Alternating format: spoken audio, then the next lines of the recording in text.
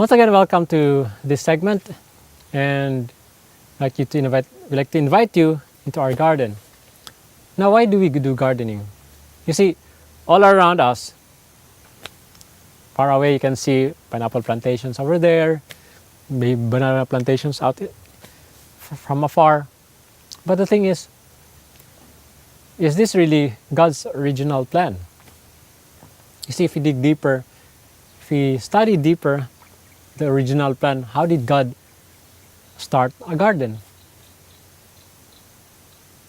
You see, when God created the world, He just spoke things into order. Psalm 33 verse 6 and 9 says, "For by the word of the Lord were the heavens made, and all the host of them by the breath of His mouth. He spake, and it was done. He commanded, and it stood fast." Now, if you see the creation story, some people may think of evolution, but if you really dig deeper, evolution does not stand a chance with creation.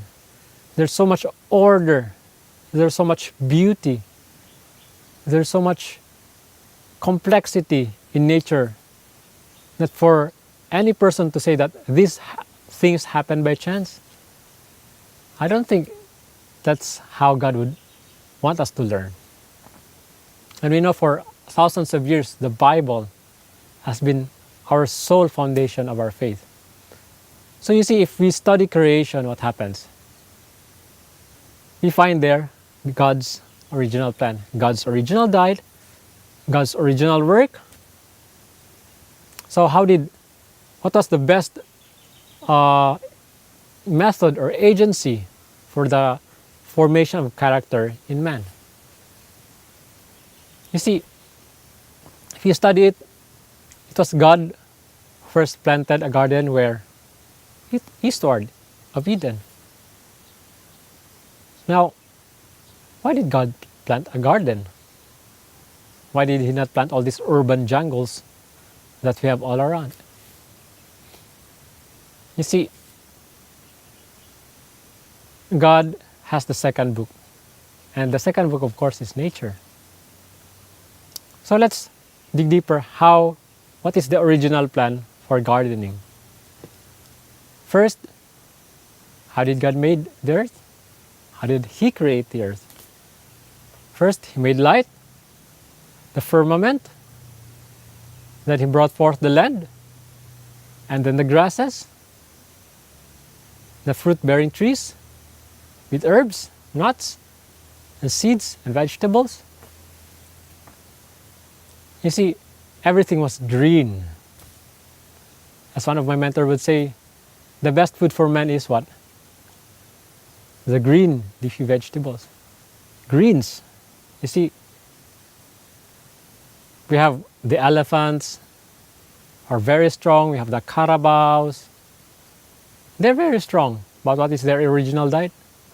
What is their diet? Greens, right? The gorilla, the biggest primate. Why are they very strong? They simply eat greens. It's another topic actually, but you see, that is God's original plan, especially after sin. Genesis 3:18, God gave what? The vegetables for man's sustenance. Now, even God Himself recognizes Himself as a farmer in John chapter 15. I am the vine. When Jesus said, I am the vine, you are the branches, and my Father is the husbandman or the farmer. So you see, farming is God's way of life. Farming is the best tool for developing the character. If you look back years and years before, all those that were God's chosen servants, God's chosen agents, were either gardeners, farmers, shepherds, and men from the simple walks of life. Now, in the garden, you find many object lessons. And we know that nature is the second book. So, you see, if we follow the world's standard of farming, it would take so many things. Yes, to man it may seem simple, but in actuality, we degrade nature. You see, in the forest, how does God grow all these massive trees? Who takes care of them? But man, we think we are no better than God. What do? We bring in all these inorganic fertilizers, bring in all these chemicals to kill the weeds. You see, if we just know how to use weeds, these are our friends. So you see, God is wanting us to learn from nature itself, from the forest. Now, how does God grow the soil? See, growing the soil is very important. For us here, we started using green manure, grasses, we hauled in grasses to help build our soil. And now that we have gotten hold of a shredder, because we don't have electricity here, now we're going to add in more shredded materials, organic matter. Why? Because that's God's original plan. Now, compared to inorganic farming or conventional farming, organic farming or natural farming methods takes a process. Yes, the first output the first onset of expenses for natural farming methods would take a bigger cost. More labor costs. Why? Because we need to build up the soil from being very acidic to a more alkaline type of soil. It takes time to take another year or two. But you see, as long as we follow God's original plan, the land will yield its produce.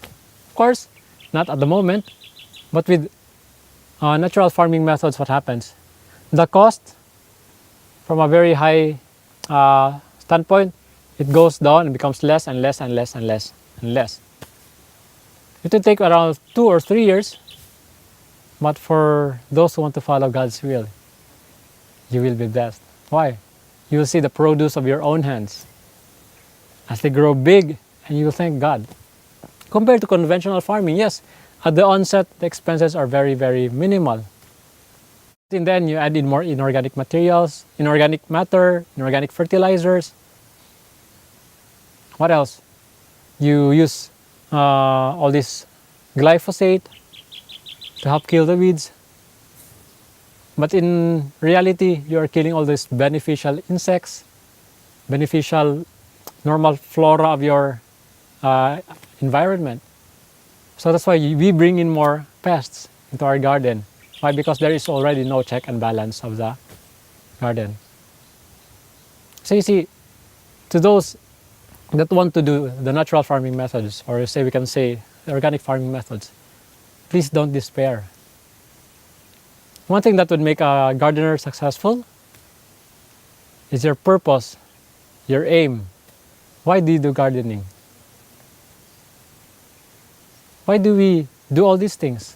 Why? Is it because for profit? I don't think so.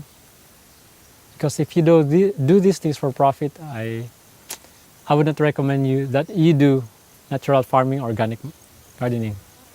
Because at the onset, you would be discouraged. But take heart. But if you really want to do organic gardening or natural farming methods, just because you want to provide food for your family, then do it. If you want to follow God's will, you want to follow how it transforms your character and mind, then do it.